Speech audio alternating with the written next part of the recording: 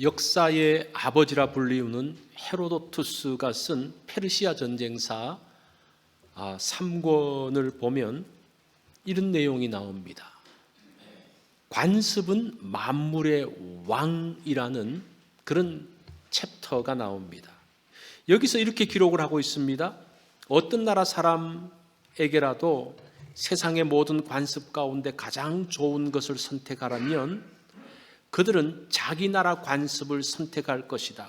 이처럼 누구도 자기 나라의 관습을 제일 훌륭한 것으로 생각한다. 그러면서 어떤 예를 드는고 하니 페르시아 다리우스 왕 시절에 있었던 일을 말합니다. 다리우스 왕의 측근 중에 그리스 사람들이 있었습니다. 그 그리스 사람들에게 이렇게 이야기를 합니다. 내가 돈을 얼마를 주면 죽은 부모의 시신을 먹을 수 있느냐? 이렇게 물어요. 그러니까 그들이 이렇게 말하죠. 아무리 많은 돈을 줘도 그렇게 할 수 없죠. 또 다리우스 왕이 이번에는 부모의 죽은 시신을 먹는 풍습을 가진 칼라이타이 사람들을 불러서 묻습니다. 이 부모의 시신을 먹는 것은 야만적이어서가 아니라 그들의 풍습 가운데서, 그들의 믿음 가운데서 그 부모의 시신을 먹으면서 내 속에 부모가 계시면서 일평생 부모님이 나와 함께 한다는 그런 생각 가운데서 그 부모의 시신을 먹는 거예요. 죽은 시신을. 그 사람들에게 묻습니다. 어느 정도의 돈을 주면 죽은 부모를 화장할 수 있겠느냐? 이 사람들이 큰 소리로 왕에게 말합니다. 제발 부모님을 화장하지 마십시오. 자, 이게 뭡니까? 다른 관습의 차이인데, 그러면서 이 헤로도투스의 결론이 무엇인가 하니 관습의 힘이란 이처럼 강하며 관습이야말로 만물의 왕이라는 핀다로스의 시구가 진실로 옳다고 생각한다. 이 관습이라는 것은 놀라운 힘을 갖고 있습니다. 오늘 읽은 본문의 내용이 그런 내용이에요. 자, 유대인들은 이방인들과 함께 하지 않습니다. 이것이 그들의 관습이었습니다. 유대인들에게 있어서 이방인은 단순히 이방 민족을 뜻하는 것이 아닙니다. 이방인은 우상 숭배자를 뜻합니다. 우상을 숭배하고 폭력적이고 더럽고 부도덕하며 음란하고 정결하지 못한 사람을 뜻합니다. 그래서 그 사람들을 향해서 뭐라고 말합니까? 죄인이라고 말하는 거예요. 예수님 당시에도 죄인과 함께 하지 않았다는 그런 말은 죄인은 이방 사람들을 이야기합니다. 이런 면에서 당시 이방인에게 대한 유대인의 인식을 잘 보여주는 것이 탈무드에 나옵니다. 거기에 우상 숭배라는 2장 1절에 나오는 대목입니다. 이방인 여관의 가축을 놔두지 말라. 이는 그들이 수간할지 모르기 때문이다. 여자를 홀로 그들 가운데 있게 하지 말라. 이는 그들이 음란하기 때문이다. 남자 역시 홀로 그들과 함께 있지 말라. 이는 그들이 피 흘리기를 좋아하기 때문입니다. 이스라엘의 딸이 이방인의 출산을 돕지 말지니 이는 우상 숭배하는 아이의 출산을 돕는 것이기 때문이다. 이것이 유대인의 생각이고 그들의 관습이라는 겁니다. 이런 생각이 바뀌어지기가 어렵다는 거예요. 이런 배경 가운데서 오늘 사건들이 벌어지고 있습니다. 어떤 사건들이 나옵니까? 베드로가 안디옥에 이르렀을 때의 모습입니다. 11절부터 13절의 내용을 보면 그 사건의 전모가 나옵니다. 게바가 안디옥에 이르렀을 때에 책망받을 일이 있기로 내가 그를 대면하여 책망하였노라. 야고보에게서 온 어떤 이들이 이르기 전에 게바가 이방인과 함께 먹다가 그들이 오매 그가 할례자들을 두려워하여 떠나 물러가매 남은 유대인들도 그와 같이 외식함으로 바나바도 그들의 외식에 유혹되었느니라. 자, 이때가 언젠고 하니 안디옥에서 바울과 바나바가 목회하고 있을 때입니다. 안디옥 교회는 유대 그리스도인들과 이방 그리스도인들이 함께 있었습니다. 그들이 함께 식사하는 것을 개의치 않았습니다. 허물 없이 지내고 있었습니다. 베드로마저도 이방 그리스도인들과 함께 식사하는 것이 문제없다고 생각하고 늘 함께 식사를 했습니다. 여기 보면 12절에 이방인과 함께 먹다가 이 말이 미완료로 되어 있어요. 이 말은 무슨 말인가 하니 계속적으로 그 일들을 했다는 그런 말입니다. 이방인들과 계속적으로 베드로는 함께 식사하면서, 여기서 이방인은 이방 그리스도인을 말하는 거죠. 이방 그리스도인들과 계속적으로 함께 식사를 했습니다. 왜 그랬을까? 그 계기가 사도행전 10장에 나오는 고넬료 사건입니다. 이전까지는 베드로도 이방인들과 함께 하지 않았습니다. 이방인들에게 결코 가지 않았습니다. 그런데 하루는 베드로가 기도하는 가운데 환상을 봅니다. 이 사도행전 10장의 내용이죠. 위에서부터 보자기가 쫙 내려오는데 그 보자기 안을 보니까 그 부정한 짐승들이 있는 거예요. 하나님께서 말씀하십니다. 그것을 먹어라. 하나님, 저는 이런 부정한 거 절대 안 먹습니다. 그때 하나님께서 뭐라고 말씀하십니까? 내가 깨끗하다고 한 것을 네가 왜 부정하다고 하느냐? 그 말을 3번씩이나 하셔요. 그 환상을 3번이나 봅니다. 그리고 난 다음에 보니까 대문에 누가 와 있어요. 그 사람이 누굽니까? 가이사라에서 고넬료, 로마 백부장 고넬료가 보낸 하인이 와 있습니다. 베드로를 초빙을 합니다. 그전 같아서는 절대 이방인인 고넬료 집에 가지 않았죠. 그런데 이 기도 중에 봤던 환상이 생각나는 거예요. 내가 그것을 깨끗하게 했는데 네가 왜 못 가느냐? 그 환상을 보고 이제 베드로가 고넬료 집에 갑니다. 고넬료를 만나보니까요, 정말 경건한 사람이에요. 유대인 못지않게 경건한 사람이에요. 정말 하나님을 섬기는 사람이었습니다. 그러면서 베드로가 느낀 게 무엇인가 하니, 이방인들 중에서도 하나님께서 이렇게 경건한 사람을 두셨구나. 그러면서 그 생각이 바뀌어졌어요. 그런데 이 사건은 문제가 되어져서 예루살렘 교회에서 문제가 되죠. 왜 이방 사람들과 베드로, 당신이 예수님의 수제자가 어떻게 이방 사람들과 먹을 수 있냐? 그때 베드로가 자기가 봤던 것을 다 이야기를 합니다.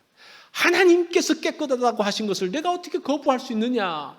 그럴 때에 그 당시 예루살렘 교회 지도자였던 야고보가 그것을 우리가 인정한다 그러면서 그 이후로부터는 이 베드로가 이방 그리스도인들과 함께 식사하는 것을 아무렇지도 않게 생각했습니다. 그것이 안디옥 교회의 문화가 되어졌습니다. 유대 그리스도인인지 이방 그리스도인인지 함께 모여서 한 식탁에서 음식을 나누었습니다. 이것이 벌써 뭡니까? 그 유대인의 관습을 깨뜨리는 거죠. 이 복음이 그러한 일이 있다는 겁니다. 그런데 문제가 생겼습니다. 예루살렘에서 할례자들이 왔습니다. 이 사람들은 복음적인 그리스도인들이 아니고 율법적인 그리스도인들입니다. 예수 믿어도 할례를 행해야 되고 율법을 지켜야 된다는 사람들이었습니다. 그 사람들과 베드로가 심하게 논쟁을 한 적이 있었습니다. 그런데 식사 중에 그 사람이 딱 들어오니까 이 베드로가 그 사람을 보니까 한때 논쟁을 하고 그랬으니까 슬그머니 일어나가서 밖으로 나가버렸어요. 그러자 옆에 있던 유대 그리스도인들이 베드로가 하는 것을 보면서 함께 일어나서 나가버린 거예요. 그 당시 안디옥 교회 담임 목사였던 바나바 역시 이거 어떻게 해야 되지? 이렇게 주춤주춤거리는 그런 일들이 벌어졌습니다. 왜 베드로가 이방인들과 함께 식사하던 자리에서 나갔을까? 그 이유는 성경에 나오진 않아요. 그런데 추측하기로는 베드로가 복음에 흔들려서 나간 것은 아닌 것 같습니다. 그 전에 이미 그 사람들과 심한 논쟁이 있었기 때문에 또 여기서 논쟁하면서 뭐가 다투는 것 같은 모습을 보이기 싫어서 그냥 슬그머니 나갔던 것 같습니다. 그렇지만 그런 베드로의 행동은 안디옥 교회에 큰 혼돈을 주었습니다. 그런 베드로를 향해서 바울이 뭐라고 말합니까? 왜 외식을 하냐고 이야기를 해요. 외식. 이 외식이 뭡니까? 속과 겉이 다른 거죠. 원래 바리새인들의 외식은 무엇인가 하니 속은 악하고 더러우면서 겉으로는 깨끗한 척하는 외식이었는데 이 베드로는 반대예요. 속은 바른 복음 가운데 들어가 있어요. 복음 가운데 서 있어요. 그런데 겉의 모습은 어떡합니까? 율법적인 행동을 하는 거예요. 이 바리새인들의 외식과는 다르죠. 어쨌든 속과 겉이 다른 모습에 대해서 바울이 베드로를 지적하고 있습니다. 아마 베드로가 용기가 부족해서 또는 복잡한 문제에 얽히고 싶지 않아서 한 행동 같습니다. 자, 여기서 우리가 무엇을 볼 수 있는 거 아니? 베드로가 복음에 그렇게 분명하게 서 있음에도 불구하고 유대인의 관습은 이처럼 무서운 힘을 가지고 그리스도인들을 압박한다는 겁니다. 우리가 관습을 거슬러 산다는 것이 얼마나 어려운지 몰라요. 한국 교회에서도 어려운 문제가 뭡니까? 예수 믿고 난 다음에 제사를 하지 않는 것에 대한 그 관습에 대한 엄청난 부담감이 있는 것을 볼 수가 있습니다. 이런 것들이에요. 그런 면에서 본다면 이 복음은 우리가 가지고 있었던 그 관습을 거부하는, 또 그 관습에 대해서 맞서는 그러한 모습을 보여주고 있습니다. 그래서 우리가 예수 믿는다는 것은 예수 믿으면 좋아, 그 정도가 아니에요. 예수 믿는다는 것은 이제까지의 관습, 내 뼛속 깊이 새겨져 있는 DNA를 바꾸는 겁니다. 내 생각의 관습, 내 습관의 것들을 바꾸는 것입니다. 베드로도 그것을 극복하기 어려워했어요. 복음 가운데 서 있지만 복음 가운데 분명했음에도 불구하고 그들이 가지고 있었던, 베드로가 가지고 있었던 그 조상들의 관습은 뛰어넘기가 어렵다는 거예요.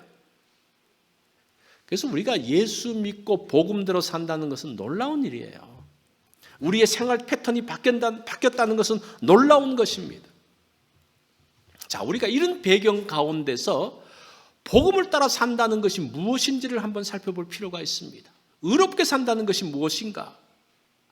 의롭게 사는 것은 사람들이 다 원하는 겁니다. 자, 그럼 의롭게 산다는 게 뭔가? 여기서는 의롭다는 말을 이렇게 바꾸면 될 것 같아요. 구원받는 것. 의롭게 사는 것은 구원받는 것이다. 이 본문에서는 그렇게 볼 수가 있습니다. 자, 16절을 봅니다. 자, 여기서 의롭다는 단어를 구원으로 바꿔서 여러분들이 생각하셔도 됩니다.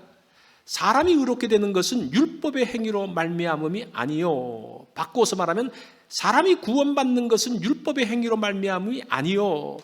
오직 예수 그리스도를 믿음으로 말미암는 줄 알므로 우리도 그리스도 예수를 믿나니 이는 우리가 율법의 행위로서가 아니고 그리스도를 믿음으로써 의롭다함을 얻으려 함이라. 율법의 행위로서는 의롭다함을 얻을 육체가 없느니라.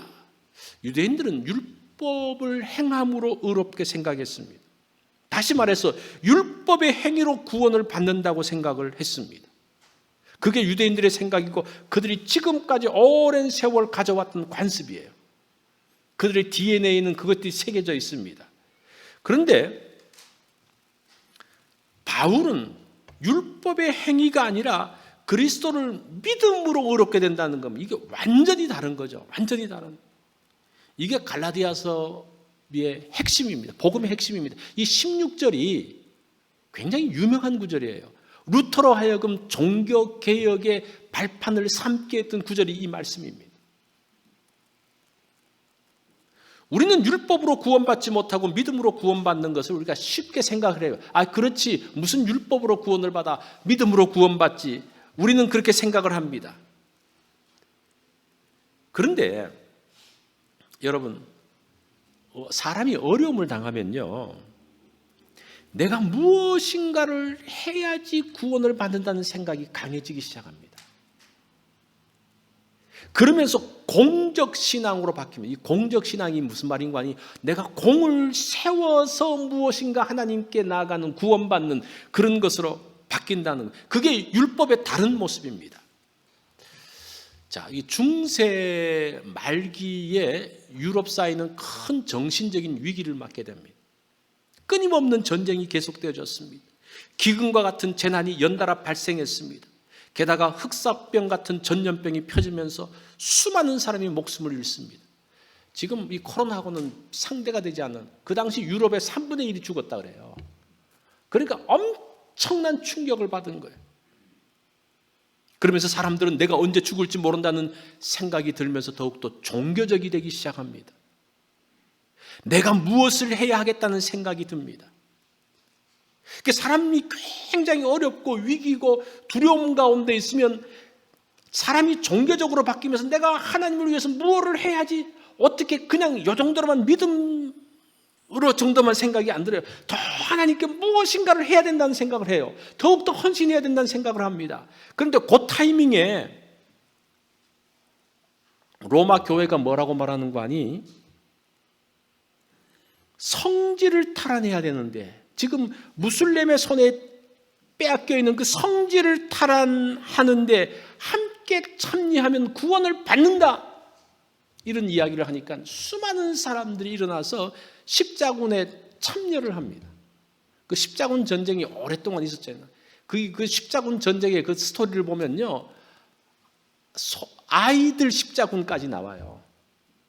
그러면서 그 아이들이 다 노예로 팔려가는 그런 일들이 벌어지는데, 지금 사람들이 이런 어려움 가운데서 들어가면 들어갈수록, 힘든 상황에 들어가면 들어갈수록 내가 더 무엇인가를 하려는 그런 마음, 그거와 교묘하게 떨어져서 로마 교회의 어떤 잘못된 말에 사람들이 미혹되어지는 거예요.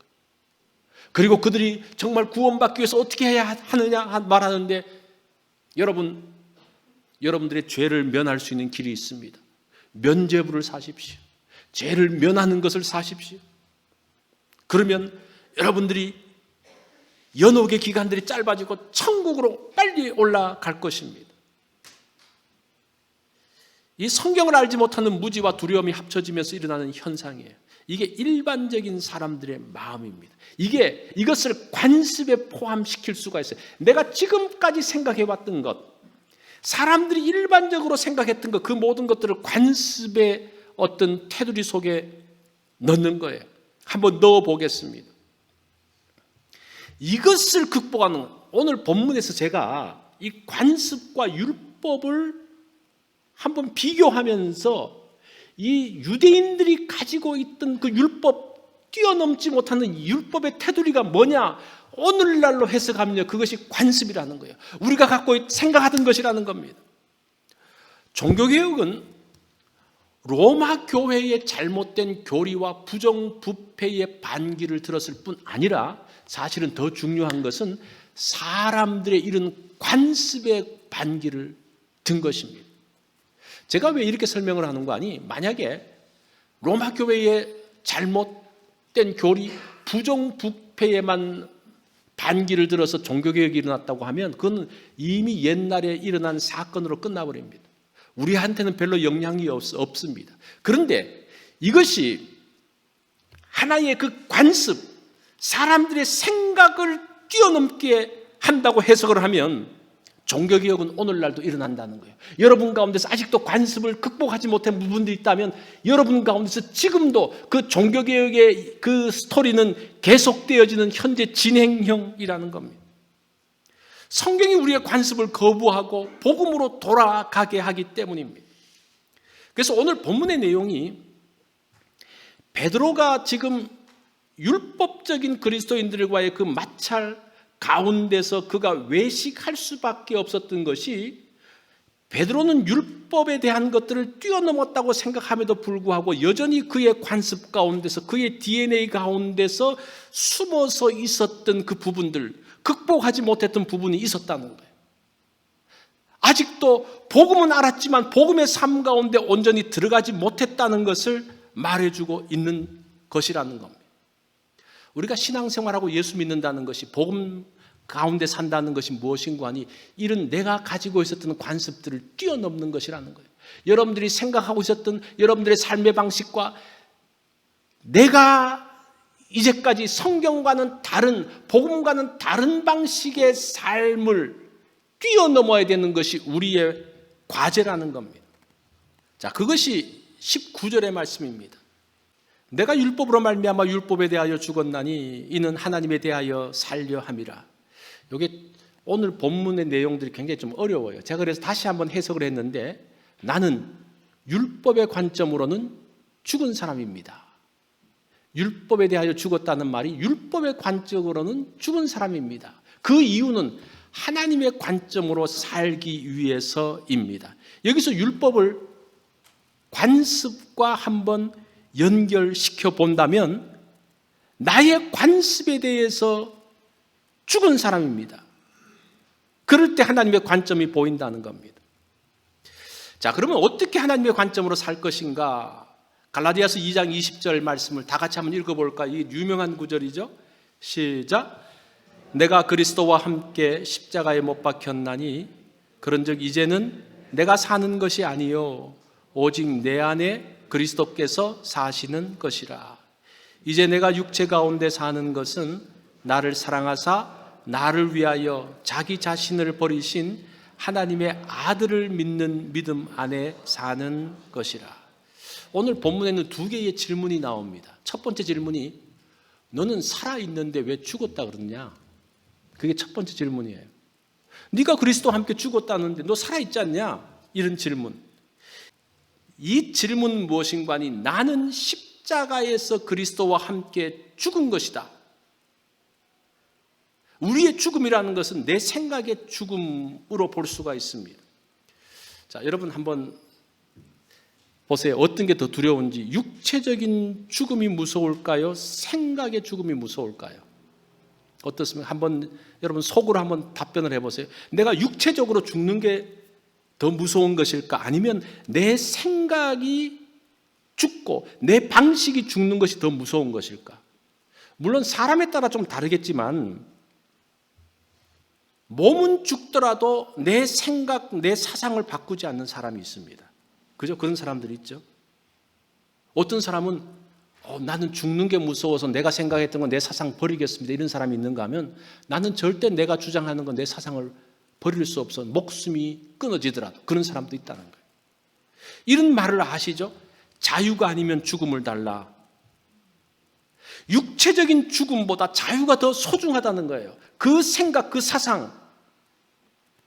지금 이제 그런 말이에요. 첫 번째 질문의 말이 그런 말이에요. 내가 죽는다는 것이 무엇이냐? 내 생각, 나의 사상, 나의 관습, 나의 문제, 상처까지 다 십자가에 못 박는 것을 이야기하는 겁니다. 내가 나의 구원을 이루는 것, 내가 해온 삶의 방식을 십자가에 못 박는 것, 이거 죽는 것 정말 어렵습니다. 여러분 방식을 포기하는 것, 지금까지 살아왔던 방식 포기할 수 있습니까? 그게 포기가 안 돼요. 그렇게 할 수가 없어요. 내가 생각했던 그 패턴들이 바뀌어질 수 있습니까? 바뀌어질 수가 없어요. 죽는다는 것은 무엇인가 하니 육체적인 죽는 거라고 생각하지 마시고 여러분들의 패턴, 여러분들의 삶의 방식, 나의 관습, 내가 주장했던 그 모든 것을 다 죽는다는 것으로 해석을 해야 됩니다. 이제 그래야지 이 첫 번째 질문에 대한 답변을 할 수가 있습니다. 자, 두 번째 질문은 무엇인가 하니 네가 죽었다면서 왜 살아있지? 네가 지금 죽었다고 말하는데 왜 살아있어? 이제는 그리스도께서 내 안에 사신 것이다.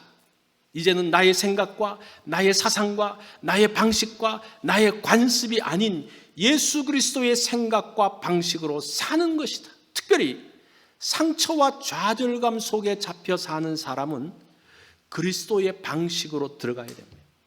그렇지 않으면 회복될 수가 없습니다. 이것이 복음 가운데 담겨져 있는 하나님의 은혜입니다. 어떤 유명한 수도원이 있었습니다. 그 수도원의 원장이 정말 영성이 깊은 분이었습니다.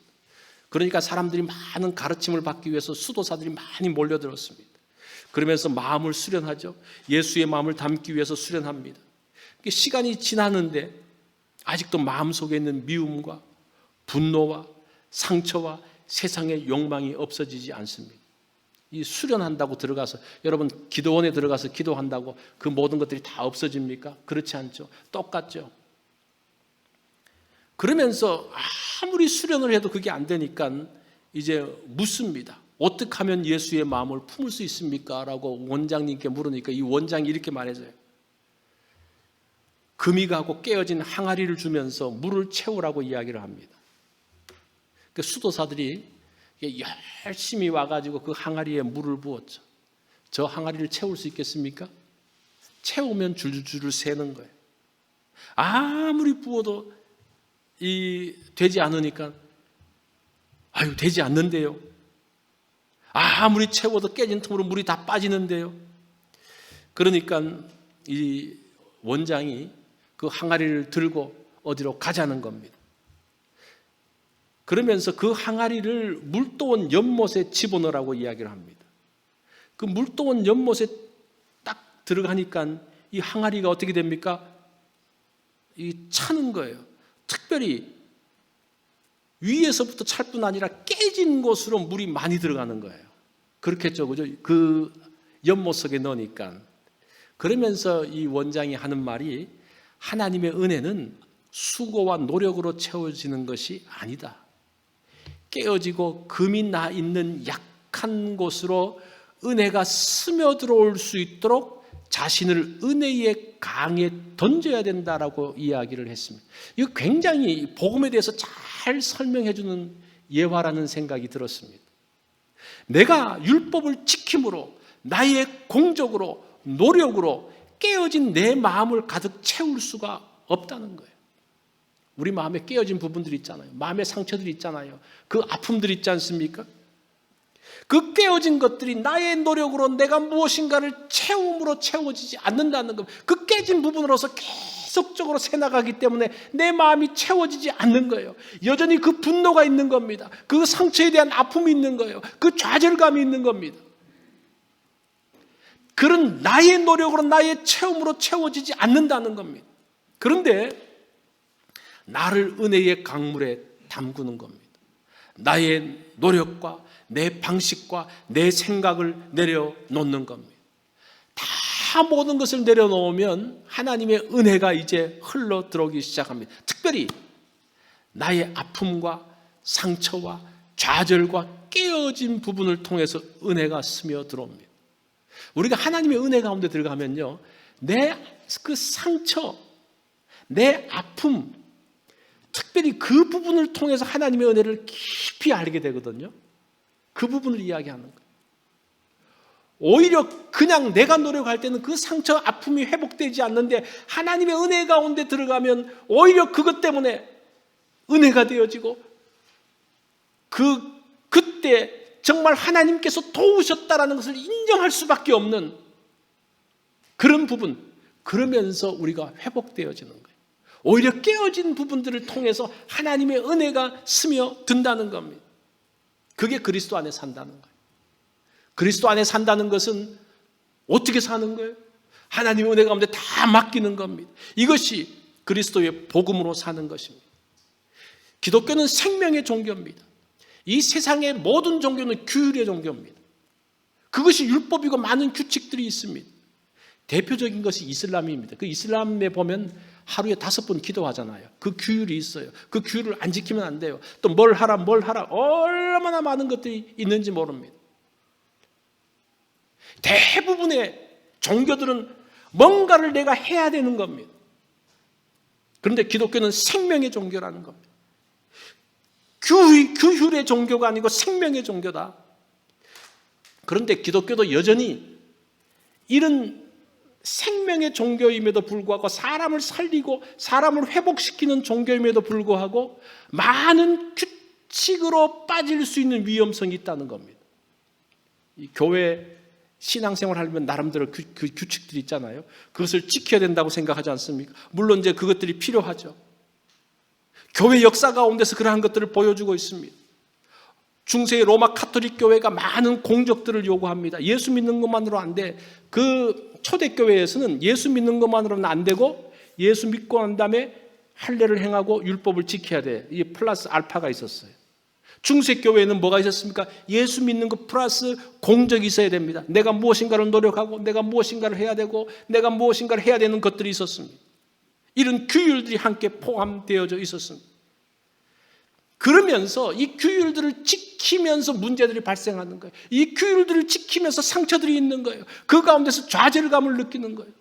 예수 믿으면 그 가운데서 평안이 있고 그 가운데서 복음이 있고 은혜가 있는 줄 알았는데 예수 믿기 시작하면서 더 많은 상처와 더 많은 어려움과 더 많은 좌절들을 느끼는 것들을 볼 수가 있습니다. 지금 그 이야기를 하는 거예요. 복음은 사람의 생명을 살리는 겁니다. 정확하게 말하면 새 생명의 자리로 인도하는 겁니다. 많은 사람들이 예수 그리스도 안에서 새로운 생각, 새로운 마음, 새로운 믿음을 갖게 하는 것, 그것이 복음이라는 겁니다.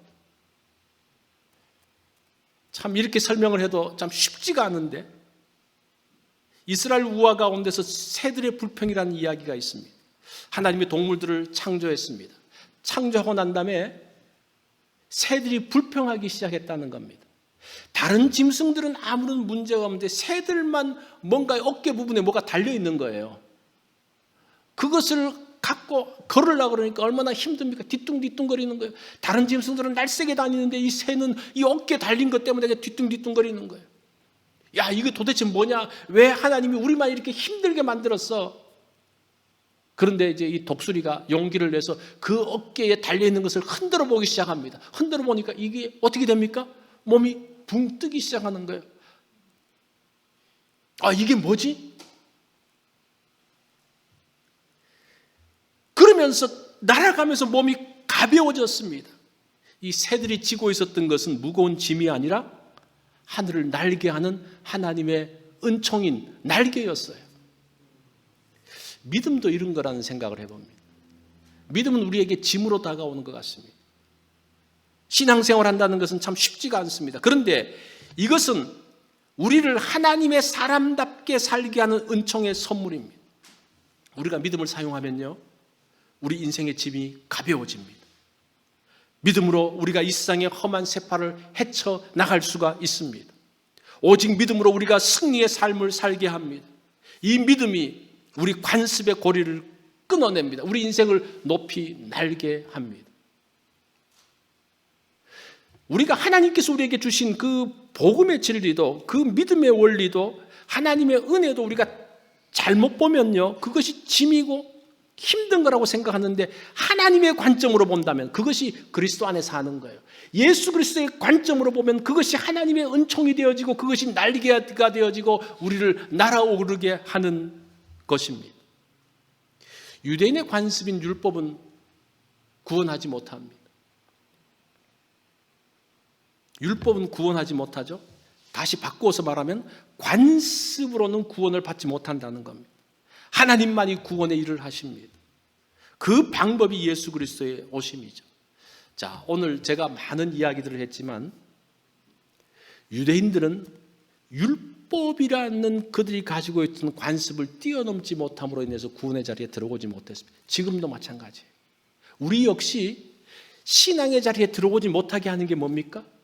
우리가 예수 그리스도처럼 죽지 못하고 예수 그리스도처럼 되지 못하는 이유가 뭡니까? 나를 붙들고 있는 어떤 율법, 바꾸어 말하면 우리의 관습 때문이라는 거예요.